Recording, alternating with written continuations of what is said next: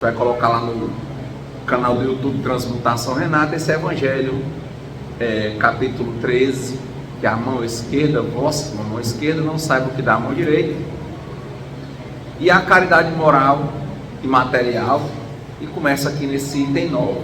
Pela leitura que nós fomos acompanhando, primeiro ele falou sobre essa questão de amemo-nos uns aos outros e façamos a outra o que quereríamos que nos fosse feito. Aí ele fala que tudo está encerrado aí. E tem uma hora que ele começa a falar sobre o supérfluo. E eu lembrei, na época das inflações galopantes, que era, acho que a maioria do pessoal mais jovem não chegou a ver, que a inflação ela só ficou mais ou menos equilibrada de 1994 para cá. Até então, aí foi com o plano real, então até então o negócio era complicado. Nós chegamos a ter inflações maiores do que o que a Argentina está tendo aqui, né? Nós chegamos a 6.000%, algumas fontes falam. Você imagina aí que estão discutindo agora, você chega no mercantil e um quilo de um determinado legume era, sei lá, R$5, hoje está 18. Então isso é uma inflação de, às vezes, 1% ao mês. Imagina quando a inflação, imaginei lá na Argentina, já chega a dar 100% ao mês. Então, naquele momento era muito complicado para quem recebia o salário, né? Porque o salário não dava para chegar no fim do mês. Mas ainda assim, com todas essas discussões, era o que mais ocupava as notícias de jornal. Era inflação. Eu lembro que tinha o governo Sarney, e o Sarney colocou os fiscais do Sarney, que era pessoal para ir entregando quem estava remarcando os preços. Tinha comerciante que ele não vendia o produto, porque ele sabia que no outro dia o produto ia custar o dobro. Então, principalmente gás de cozinha, leite, era muito engraçado isso. Você chegava aquelas filas no mercantil, aí criaram umas fichas, era um negócio complicado, porque o pessoal escondia a mercadoria porque não queria vender. Às vezes você tinha o dinheiro hoje, ia comprar, amanhã não dava para comprar, porque já tinha dobrado. E o dono do comércio, ele escondia a mercadoria. Você chegar ali na Governador Sampaio, no mercado São Sebastião, ali onde eram os galpões antigos, embaixo é cheio de fosso, que é porque onde eles escondiam a mercadoria. Você chega ali, embaixo do prédio tem um prédio escondido, embaixo das caixas você tinha uma entrada, era um subterrâneo, que eles guardavam a mercadoria, porque no outro dia ela estava, às vezes, o dobro do preço. Então isso gerava escassez, né? Era um negócio complicado. Aí o governo depois tomou medidas de congelar os preços, e tudo que o governo fazia, nada resolvia. Você imaginar aí, né? Foi um negócio de muitos anos, bem complicado. Mas mesmo nesse ambiente bem complicado, das inflações, mega inflações do Brasil, nessa época chegaram ao Chico Xavier e disseram assim: Chico, e o que você tem a nos dizer da crise? Era a notícia que mais rolava no jornal, né? Preço do feijão aumenta, preço do arroz, está começando a ficar parecido. Chico, o que você tem a nos dizer da crise, Chico Xavier? Aí o Chico olhou, ele tinha um jeito muito sereno de olhar para as pessoas, né? Ele olhou para ela, sabe, se fosse eu, você ia dizer que eu estaria sendo irônico, mas o Chico olhou com a naturalidade tão tranquilo. Ele disse: crise?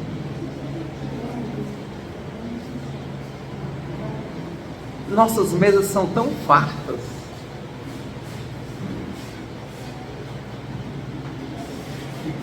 Se cada um de nós soubesse dividir o pão, não é?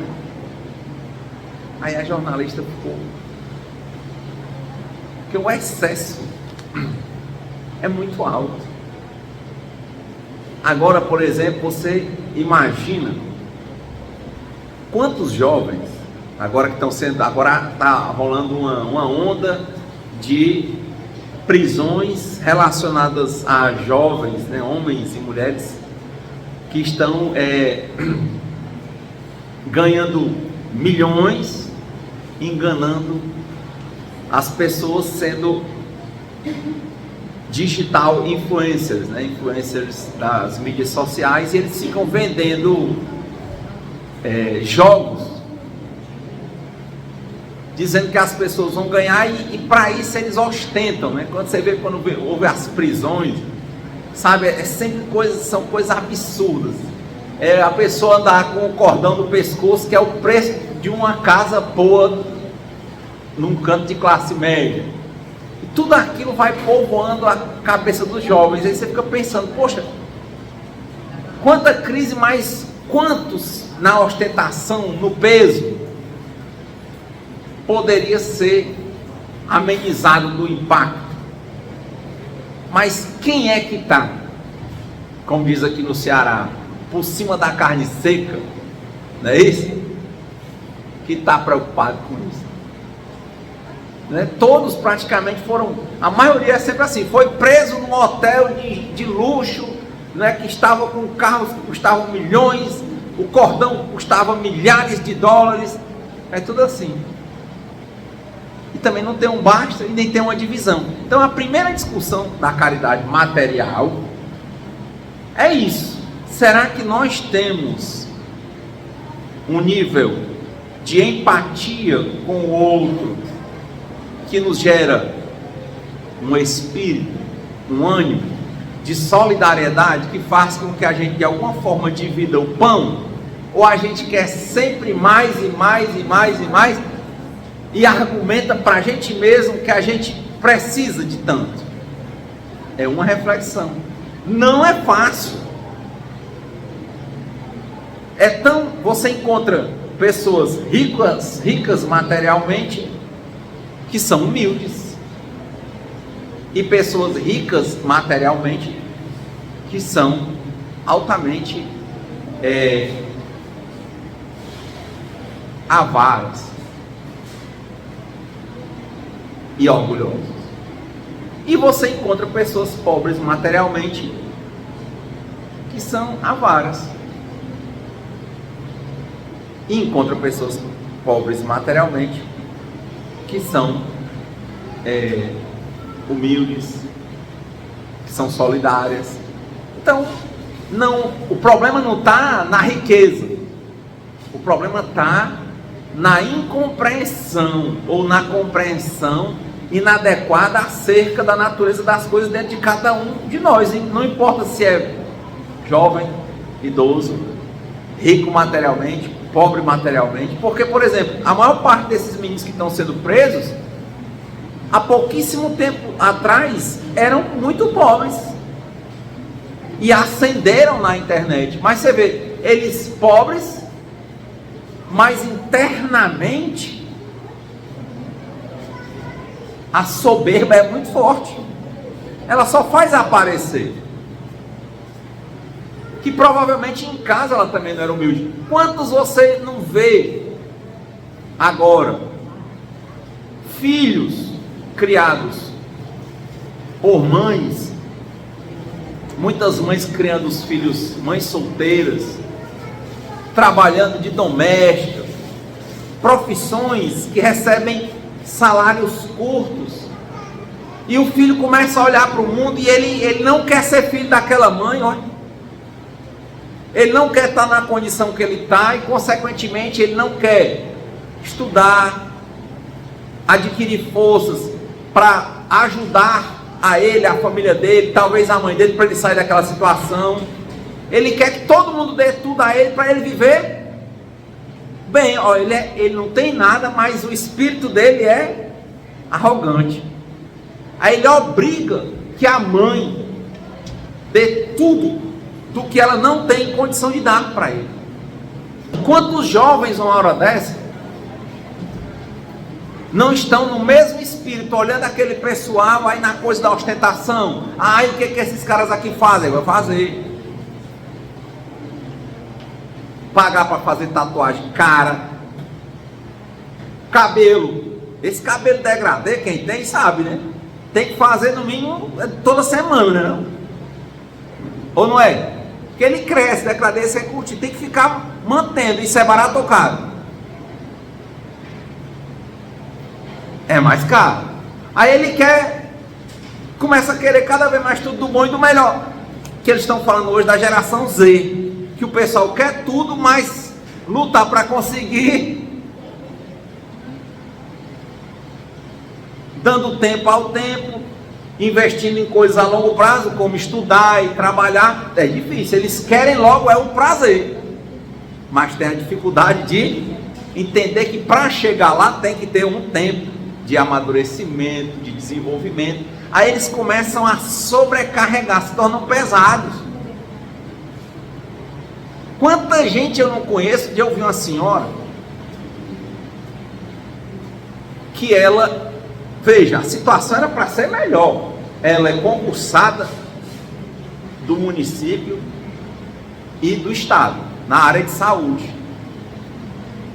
A condição, ela vem de uma condição muito humilde, mas agora está numa situação que parece interessante. Só que ela botou na cabeça que os filhos tem que aparentar serem como as pessoas ricas aparentam na internet, na televisão. Gente, eu estou mostrando, esse pessoal não aparenta ser pouco rico. Estou dizendo, é gente andando com um cordão de ouro que é o preço de uma casa. Aí você vê aquele casal. Aí a mulher começa: olha, o meu filho tem que ter um iPhone. Rapaz, mas tem o celular A, B, C, D que custa R$400. Mas um iPhone são 14 mil. Mas o meu filho não vai usar qualquer telefone, tem que ser o iPhone. Opa, mas são 14 mil. Peraí, a senhora trabalhou, está trabalhando, mas para aguentar 2, 3 filhos, pagando telefone de 14 mil, não quer andar de ônibus, quer andar de Uber. Não quer estudar para fazer a faculdade de medicina, ele quer que ela pague uma faculdade de R$10 mil por mês. Aí, meu amigo, aí você imagina o tamanho do endividamento que isso gera. A cabeça, veja, não bate o que a pessoa tem, o que a pessoa é, com a demanda que ela tem por recurso. De quem já não tem, pedir isso para outro. Quantas agora, que eu estava dizendo, vendo, acompanhando um atendimento espiritual, o caso de uma mãe doméstica, aí o filho vai e começa: não, você tem que andar com gente rica. Olha, não é a questão da riqueza espiritual. Ela entende, é como se a gente tivesse um preconceito interno dentro de nós, que a pessoa que é jovem, que é bonita e que aparenta ter condições econômico-financeiras melhores, não tivesse problema. Está prestando atenção como a gente tem isso? A gente se impressiona quando vê alguém, por exemplo, um cantor famoso aqui no Ceará, outro dia, que ele estava com depressão. Todo mundo ficou impressionado. Quando viram um youtuber famoso, que ele já está bem no 3º casamento, que ele não consegue manter o casamento, ele não sabe mais nem onde pintar o rosto, o corpo, e depressão também. Aí você diz: como é que pode um homem desse com depressão? Quer dizer, a questão da evolução espiritual ou não tem nada a ver com a questão material. De novo, tem o rico material humilde e o outro arrogante. Tem o pobre material humilde e tem o pobre material arrogante. E assim começa a se relacionar o caso dessa senhora doméstica que eu estou dizendo.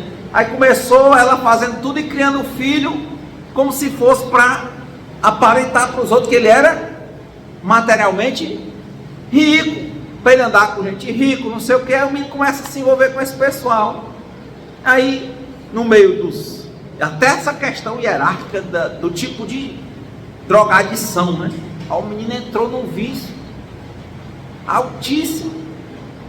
E agora, né, depois, não, eu posso, eu não sei o quê, e é uma coisa que ostenta. Ora, quando a dependência pegou, quando a coisa chegou lá para ela, tudo era bonito, o menino só tinha amigos, entre aspas, né? Bem, aí agora começaram a chegar o quê? Os problemas do tráfico cobrando ela. Quer dizer, já era difícil para ela sustentar o básico, e agora, para aguentar a doença do filho com a drogadição e pagar as contas que o menino gera, contas altíssimas. Então, reto compreender para o reto pensar, para o reto falar, para o reto agir. A gente está começando a entender como tem muitas distorções no nosso modo de pensar e no nosso modo de educar as pessoas que estão sob a nossa tutela. Era muito mais comum, e é em alguns casos, né? Mas eu via, tive essa oportunidade, pessoas que chegavam e diziam: olha, meu filho, eu materialmente sou pobre, mas, como dizia o Chaves, né? Pobre, porém honrado, né? Sou pobre, porém honrado. Olha, meu filho, sou pobre. A sociedade realmente tem preconceito, tem isso, tem aquilo, mas a gente vê que se a pessoa for estudar, você chegar lá na escola, você procurar boas companhias, não é a companhia do dinheiro, é o pessoal que estuda, que é dedicado. Procure ser você a mudança que você quer ver no mundo. Procure trabalhar, procure estudar. Não era assim? Muitos aqui devem ter ouvido isso dos pais. Mas muitos outros estão 24 horas por dia onde? Uma hora dessa? Celular, videogame, carro, jogos. Depois é sair e diz: poxa, mas que horas, filho, que você vai entender para você sair da situação? Eu estou só querendo mostrar para vocês que antes da gente descolar para a coisa de dividir o pão, como é que uma pessoa que ela tem uma visão distorcida, que ela está trabalhando nela e nas pessoas com as quais ela convive, uma visão de ostentação mesmo sem poder, como é que vai chegar ao nível dessa pessoa sequer ter alguma coisa para dividir? Porque o que essa pessoa tende a acumular é conta. Porque cartão de crédito hoje é fácil, né? Conta, mais na frente problema, porque depois que não pagam. E passar uma visão para os filhos, aí transformá-los em pessoas que vão poder estudar, trabalhar, pensar para ajudá-los, transformar eles em pessoas que, ao invés de serem formadas para servir, conquistarem o espaço deles por mérito, eles só querem ser servidos. Querem pular etapas da vida. Então, antes, está vendo? O tema caridade material e caridade moral, ele é muito alinhado, porque se você não entende bem moralmente, se você não se porta moralmente como uma pessoa que valoriza mais a parte espiritual, quer dizer, a sua parte moral, a realidade, a sua posição material vai ser distorcida. Vai ser distorcida. Porque ao invés de você olhar para si, se conhecer, se relacionar consigo, aprender a se amar, para amar e receber amor, você se torna aquela pessoa escrava do que você acha que é a opinião dos outros. E a escravidão é horrorosa. É sem limite. Então, se está distorcido o seu pensamento internamente, se há uma doença como a codependência, uma escravidão à aprovação do que você acha que os outros vão aprovar e você quer fazer por fina força, seja furtando, roubando, enganando, se endividando. Se isso está acontecendo, aí é complicado, entende? Chegar na outra parte que você pode colaborar, porque a sua vida já é um caos. E é impressionante, você passa o cartão, é bem bonzinho, hoje não precisa mais nem passar o cartão, é só por aproximação. Mas quando chega o fim do mês para pagar, ou quando as contas vão se acumulando, aí é um caos. Um caos completo. Então quer dizer, por que a gente encontra um quantitativo tão grande de pessoas que estão extremamente endividadas? Será que é porque estão comprando comida, a maioria? Ou será que há um desvirtuamento moral que faz aquela pessoa querer ser o que ela não é? Gastar com coisas supérfluas e chegar ao nível da ostentação de forma inexplicável. Inexplicável. Quanto menino não está agora na criminalidade porque ele quer chegar no fim do ano de cordãozão de ouro, grandão, para todo mundo encabulado lá no gueto. Chega lá, paga tudo para todo mundo. É o pagão. Que ali ele vai, quer dizer, provavelmente ali ele é uma pessoa que não se ama, tem uma baixa autoestima, e ela acha que quando ela chegar nos cantos pagando tudo para todo mundo vai chamar ela de legal, ela vai ser legal, e ela vai se sentir naquele momento amada. Tem o bebo rico? Tem nada, em casa tem nada, e na rua ele mostra para todo mundo que é rico, dá tudo o que tem, o povo passando fome em casa, e ele na rua bebendo e mostrando que tem o que ele não tem. Então isso está muito recorrente no momento, e é impressionante que não é uma coisa de rico ou de pobre, não é uma coisa só de criança e adolescente, porque, como eu disse, muitos pais, por entenderem errado o que é o sentido da vida, estão incutindo na cabeça dos filhos uma visão de ostentação. Então a coisa está para além do que o Chico diz. É impressionante. Você chega num canto, uma blusa é 10 reais, 30. Um menino quer uma blusa que é 500 reais, a mesma blusa.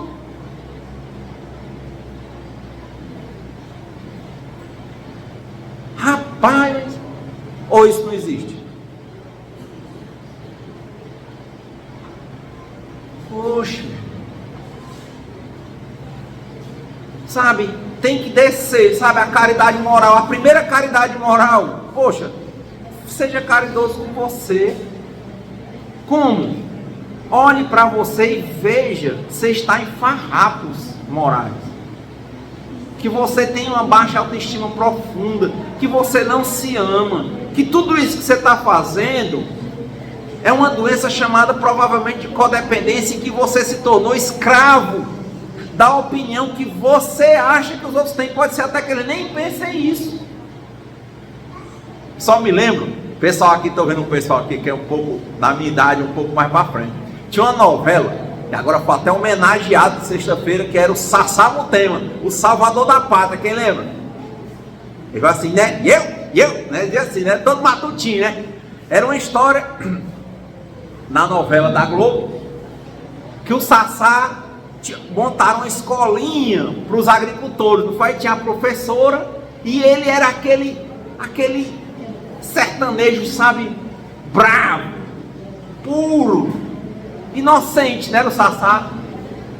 Aí ele foi ficando na escola e foi ficando mais inteligente, morto de apaixonado pela professorinha, né? Sendo que ele já entrou na escola com os seus 50 e tantos anos, né, assim? E ele parecia uma criança, o Sassá, total criança. Aí assim, Sassá, ele disse assim, eu? Então, assim, gente, aí o Sassá começou a crescer, os políticos viram que o Sassá começou a ter visibilidade na sociedade, não foi isso, Sassá? E ele que era apaixonado, desesperado pela professorinha, quando ele começou a ser apoiado pelas camadas de poder daquela sociedade, que eles estavam visando botar o Sassá para ser o prefeito, porque achavam que ele era besta e ele ia ser manipulado. Como ele era bem quisto na sociedade, disseram, vamos botar ele, e ele não sabe de nada, ele vai fazer o que a gente mandar, a gente faz a maracutá e ele fica lá como bonzinho. E o Sassá nem entendeu. O Sassá, de um inocente,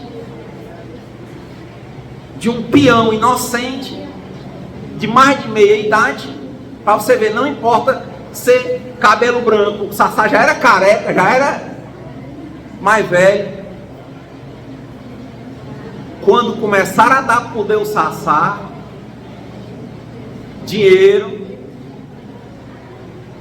aí o Sassá, que era desesperado pela professorinha, a professora já tinha começou a desenvolver um amor pelo Sassá, mas pelo Sassá original, que era um homem rude, que era um homem pobre, mas ele tinha um bom coração. Né? A imagem mais linda, né, do Lima Duarte, ele abria assim, soltando um passarinhozinho assim, ó. Ele soltava os pássaros. Quando esse Sassá, meu amigo, entrou na coisa de, botou um paletó, humilhou a professorinha, virou tudo o contrário, não foi isso? Aí o Sassá fez um monte de besteira, quer dizer, veio do nada, foi ao tudo e teve que chegar ao nada de novo para ver que ele estava errado. Quer dizer, era frágil.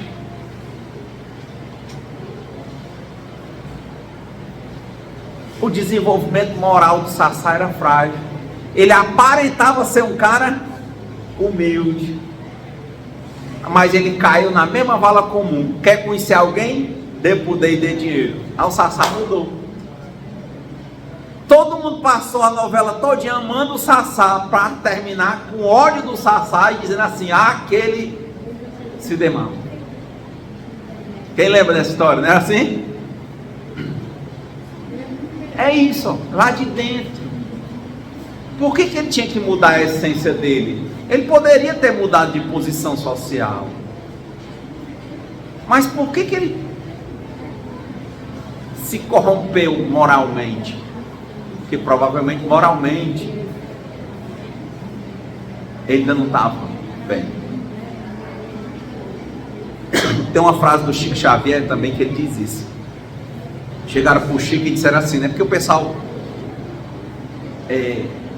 admirava muito Chico Xavier, a posição de humildade dele, assim, como ele se colocava, né? Aí um dia disseram assim, Chico, e o que é que tu vai fazer se tu cair um dia, Chico? Cair moralmente, né? Porque o pessoal vivia atrás dele para mostrar que ele era um charlatão. A vida do Chico era essa, era ele trabalhar no centro e o povo fazendo tudo para provar que ele era charlatão. A vida do Chico, do começo ao fim, foi isso, do espiritismo. Mas quando testaram ele na televisão e perguntaram, Chico, e se você cair moralmente um dia? Que achava que ele ia dizer assim, que eu sou bom, né? Aí o Chico respondeu assim, meu filho, quem nunca se levantou, não pode cair. Eu achei aquilo interessante, a resposta, né? Quer dizer, ele não se tinha numa conta que o pessoal tinha ele. O pessoal tinha ele como um santo, mas ele não tinha isso. Ele só dizia, não, eu sou eu. Para o outro lado, aí é o caso do Sassá, né? O pessoal tinha o Sassá como um santo, e o Sassá se botava, na verdade, talvez por não se amar, ele se moldava para agradar o povo onde quer que ele estivesse. Se ele era pobre, ele fazia tudo para agradar o povo como pobre, no sentido de não fazer o que era certo, mas fazer o que agradava. Quando chegou no meio dos ricos, também ele não estava preocupado em fazer o que é certo, ele estava preocupado em agradar os outros. Quantas vezes a gente não é assim? A gente fica fazendo as coisas para se sentir aprovado, entre aspas, amado pelos outros, mas na verdade a gente não se importa se está certo ou errado, a gente quer que o povo bata palma. Então a distorção com relação à moral, quando a gente está na ativa das nossas imperfeições e não quer praticar reforma íntima, vai impactar na caridade material, é claro, vai impactar nas atitudes materiais. Por isso que é urgente que nós olhemos para nós mesmos, que nós observemos o que alguns conceitos, o Sérgio falou semana passada aqui no centro, sobre a criança ferida. Olhar essa criança dentro de nós, cuidar, para que a gente não fique aí andando conforme o vento, porque um barco que não sabe para onde vai, para um barco que não sabe para onde vai, nenhum porto é seguro. Então nós temos que nos olhar e ver quem nós somos, criação de Deus, amados, amadas por Deus, e a Deus nós servimos ou devemos servir, para que a gente possa, a partir dessa base, dessa casa, que é uma casa construída na pedra e não na areia, tomar o nosso discernimento e escolher o que a gente entende que é correto e afastar o que a gente entende que é errado, porque assim, faz certo que dá certo, faz errado que dá errado, para que a gente não se torne massa de manobra, para que a gente possa tirar o travessão do olho e ver as coisas de forma clara, para que a gente não vá ser levado a fazer o que a gente acha que vai agradar os outros. Tem uma passagem muito interessante no livro Boa Nova, que são casos que foi psicografado pelo Chico Xavier, editado pelo irmão X, que contam no plano espiritual que Jesus viveu, passagens que Jesus viveu que não constam na Bíblia. É o livro Boa Nova. E tem uma passagem que eu gosto, que Jesus foi falar na Galileia. E quando chegou lá, o pessoal não disse que o santo de casa não obra milagre? Chegou lá, o pessoal começou a criticar Jesus,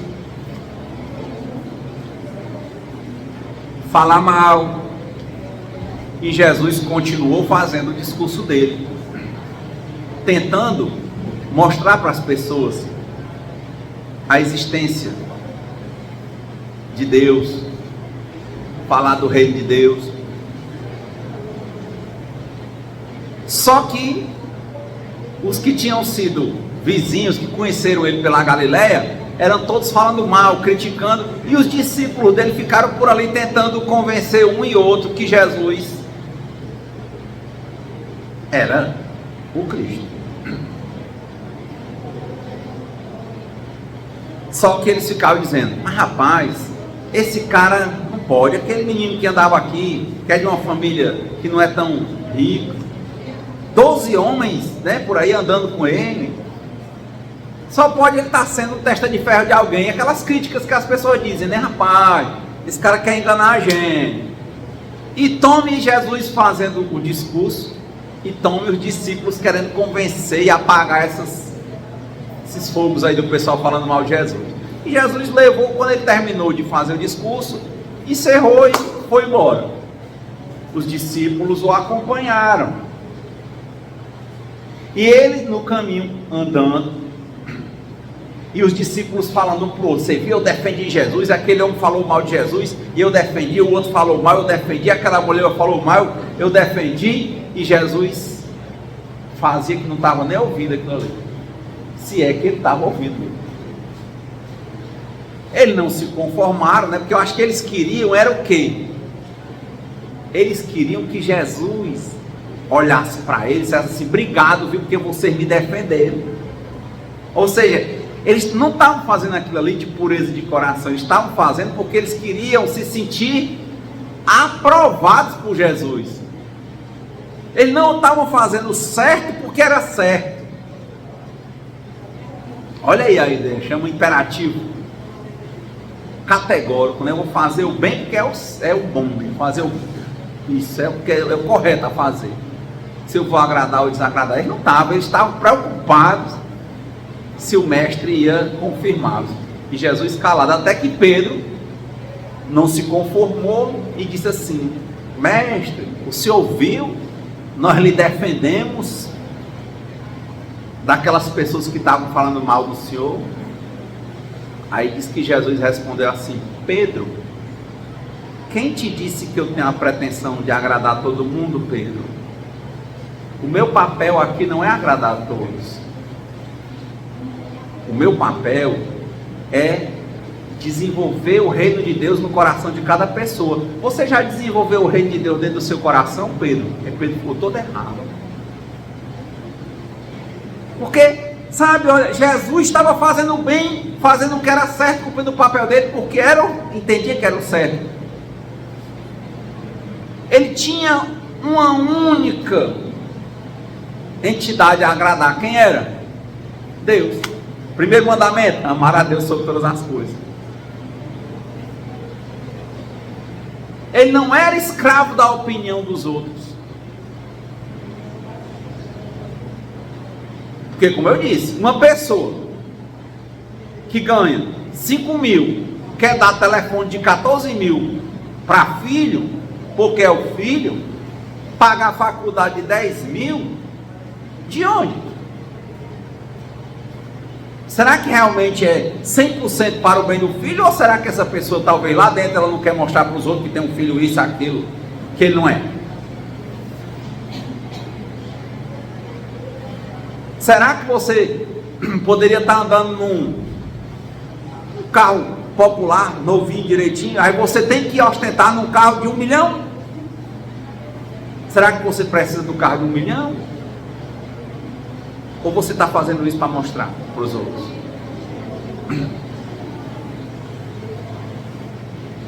É a pergunta. Está vendo? A resposta de Jesus foi muito simples.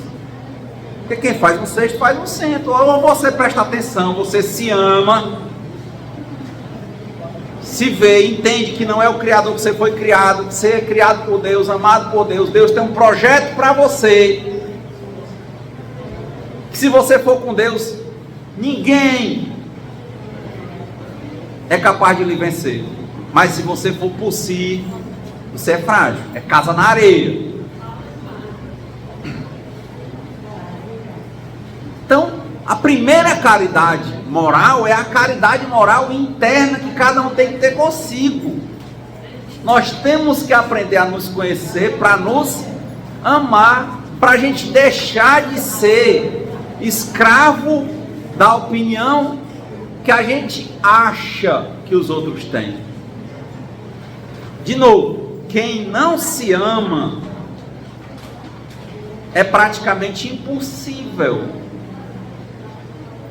amar e impossível se permitir ser amado por alguém. A pessoa não sabe nem receber amor. Diz assim: rapaz, eu te amo. Diz: ixi, é falsidade. O que essa pessoa está querendo? É a trave do olho. Não é capaz. Ele não se ama. Assim vai para os relacionamentos, às vezes para a promiscuidade demais. A pessoa que foge pelo sexo. Quer dizer, o sexo é uma criação de Deus. É bom. É. Mas usar o sexo para fugir é outra coisa. Quando eu estava lendo o livro de Dependente de Amor e Sexo, do Daza, Dependente de Amor e Sexo Anônimos, ele falava nisso.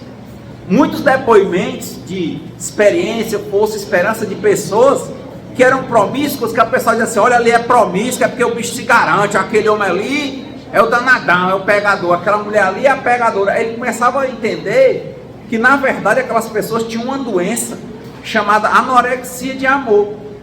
Que é isso? A pessoa, talvez na infância, ela viu o ninho dela desfeito, alguma coisa, ela tem muito medo de se apegar e ser deixada.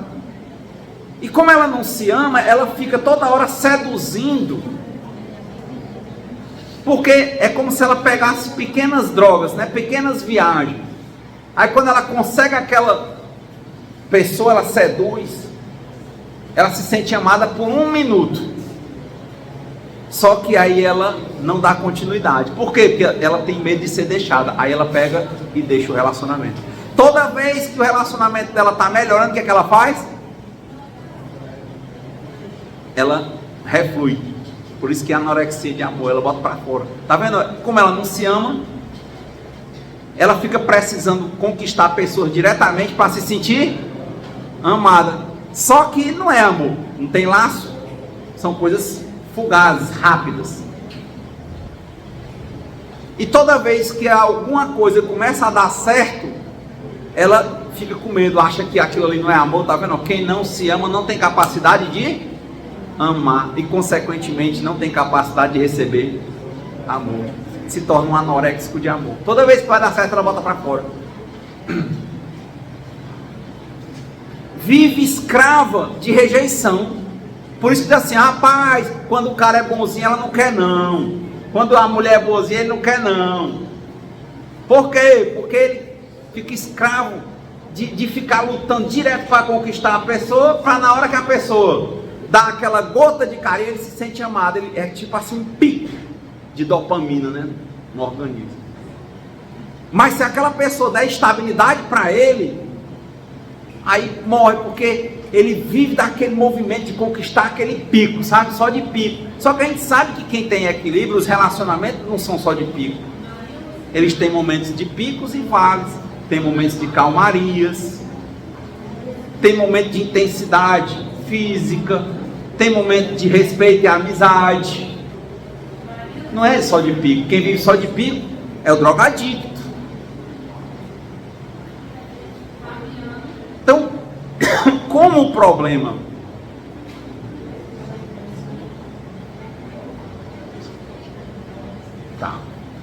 Então, como o problema da falta de autoconhecimento de si, no mundo, no universo, para a falta de amor por si próprio, gera desvirtuamento moral. Então, precisamos praticar uma caridade moral conosco.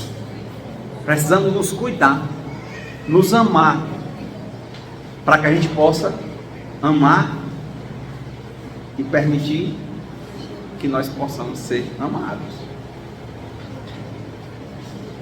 Para que a gente não vá passar na visão distorcida, por exemplo, para nossos filhos, para os nossos companheiros, companheiras. E aí, com certeza, nossas mesas vão talvez ter uma fartura real. E as nossas contas vão ser mais equilibradas. E nós vamos ter mais capacidade de partilhar. Porque o que nós vamos ter realmente a nós pertencerá. Não é conta. Então, a reforma íntima difundida pelo Evangelho, ela começa por aí. Por isso, talvez a gente comece a compreender o desvirtuamento e começa a tratar de doenças emocionais como a neurose, codependência, a baixa autoestima. E a gente começa a praticar o mandamento, por exemplo, de amar a Deus sobre todas as coisas. Aí é a quem você vai agradar. Deus está te vendo sempre. Amar a Deus é fazer o certo porque é certo, não porque vai agradar a alguém. Para que você dê o segundo passo, que é o segundo mandamento aqui. Amar ao próximo como a si mesmo. Como é que você vai amar? Está dizendo amar como a si mesmo. Se você não se ama, como é que você vai amar? Então, que Deus nos conceda a serenidade necessária para aceitarmos as coisas que nós não podemos modificar, coragem para modificar aquelas que nós podemos e sabedoria para reconhecermos a diferença de umas das outras, e que seja feita sempre a vontade de Deus e não a nossa. Muita paz e boa semana.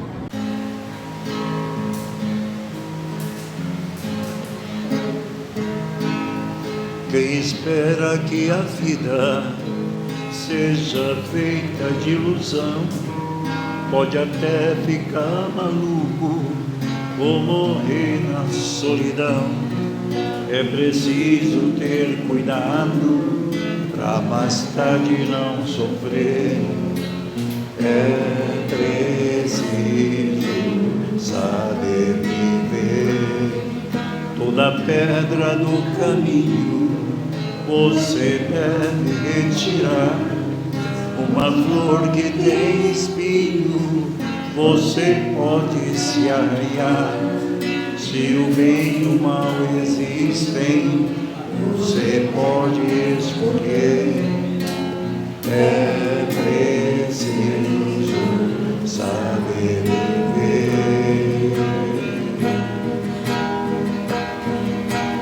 É preciso saber viver. É preciso saber viver. É preciso saber viver. Saber viver.